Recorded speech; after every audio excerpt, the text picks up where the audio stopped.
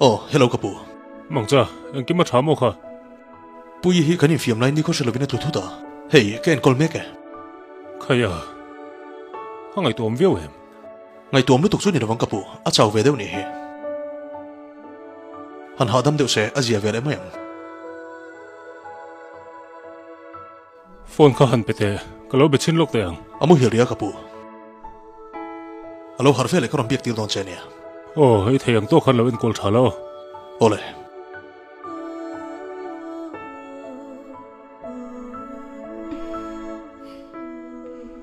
Pui.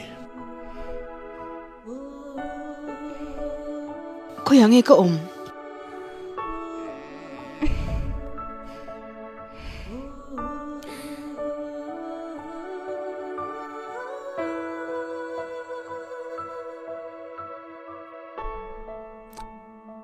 Kanin khel lai khan ni ko shelo vin itlu thu ta. Khoi mo i mai te hi shuk fai ngai ni hi. Manga, tu le pon on dala. Ole.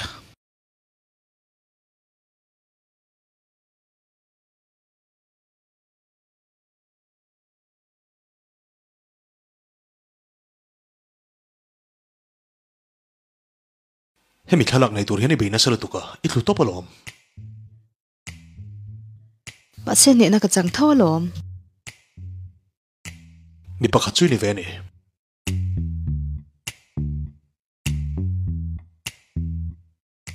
Hey o thiam pa.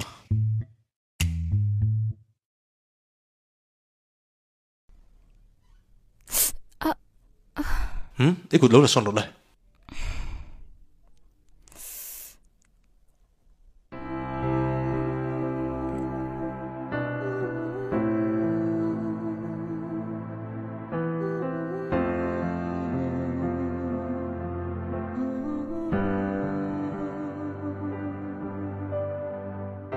Kawada le lok nge.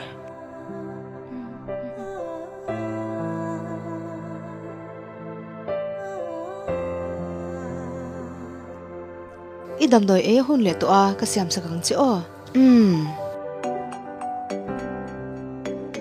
Umin a phone.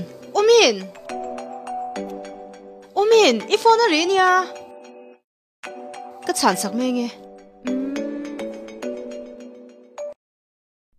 Hello.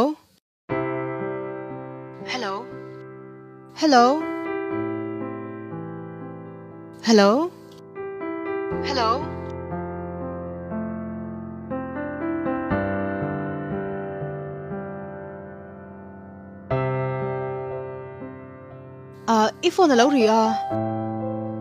Tunge à? Ni eng moi a in ti. Ole.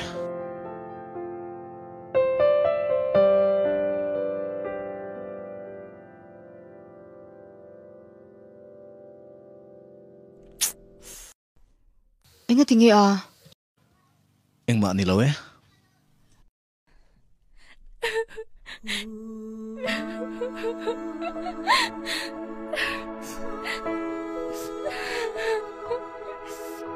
Pui, anh ti giang ni. Han soi te. Eng ma ni lo.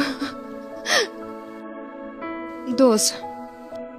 Ma ni chaw tur tan chuan arap thak e mani dos. Boina nei lo tu makanom hle nem. Le, chapsu le. I taksana tor phange. Hadami momonia. Atoke. Chap du tor lang su. Hetiang em hian ka hlim ka lo ring ngai lawa. Helai mun hi ka bei se ain anwam ka tibuk si. Baka ka bulai chuan. Ka hlim le zual thina sin. Kay poi bulakom hian ka hlim ve thau sin. Nang chau ni lovin. Dos.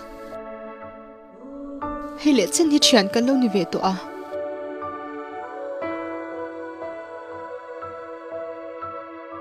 Dang lam nei neem.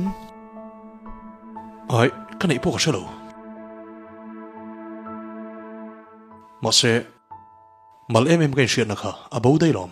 Dos. Kamisha to a chuan in la thaber. Min kal san su o. itel lo chuan kadom zo lawang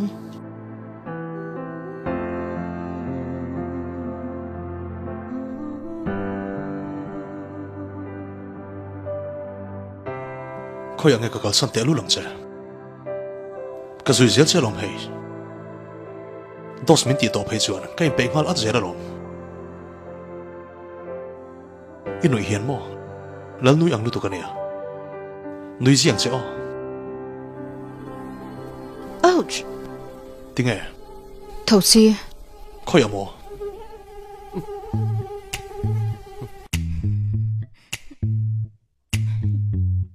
tunge ni in ta mi si lo se ngam ve lamo sim ngal ma kang che khi na chen pok ka phal hei nem iron kir le ni fai chuan i chung te ka sil tong mis pui hi se non le to tur ni lo i siamo phui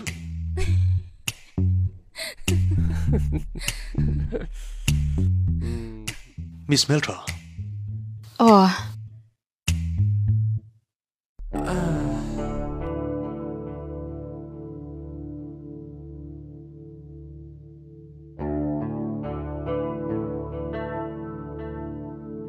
Ole. Miss Exxon hanti te ring Devin action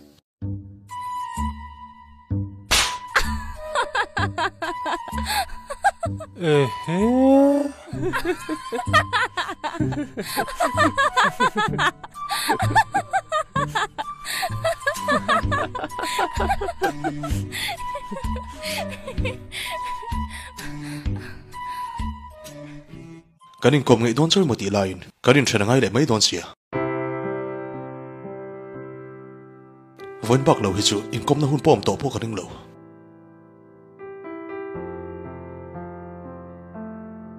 vo in he kan hun nun hung berani chuan holam deuh chuan mangral lawang leng kwalila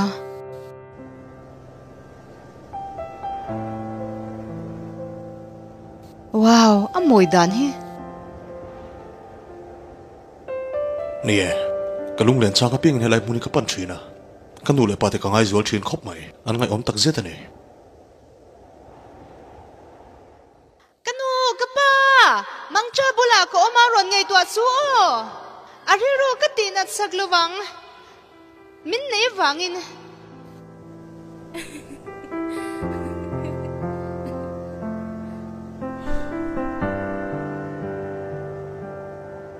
thileng mo shil tur chika ne ya ma se ka soi chuan i thin rim ka lau box ya ingwang chuan ye ka thinrim ko tanga ka soi tur tak ka soi mai thil ka zon ma sa thotang cha tereng mai dos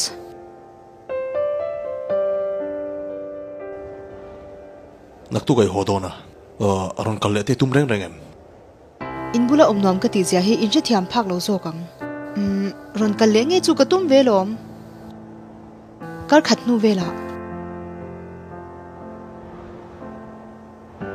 ani choni rong kir le huna ka soi le si mayang englam nge ni a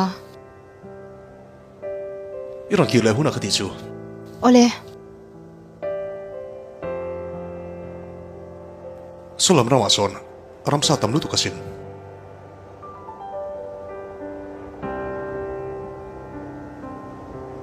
ram wa ka suwa chang te hian sawa shaman tam thin te mai nia karon kirle hun chuan iram wa na min shwai vela chang kalome nie kan pan hin ram chu kan la wak dun don nia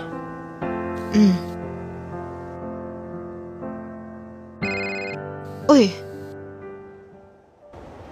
hello kapa Boi, in hata chui zau to em. o pa twang takin ka zo the That na sat chu. nak tu khian ron ho ka tuma Ole ole. ole pa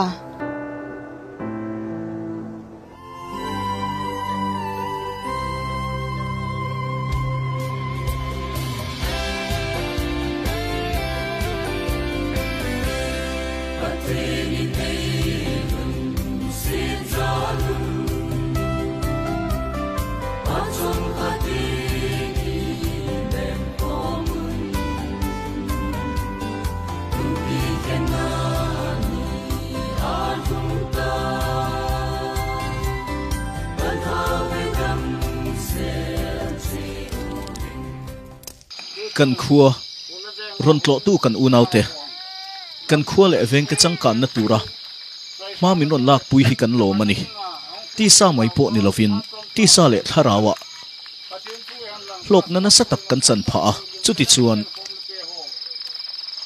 naktuk zinga min lo ho san le to dona zanina helai munaron kal khom zong zong te hi he kan zan hnunga hian kan zawaya lam vek turin ka be sei chewa khovel soi nging khopin i han lam teung umiang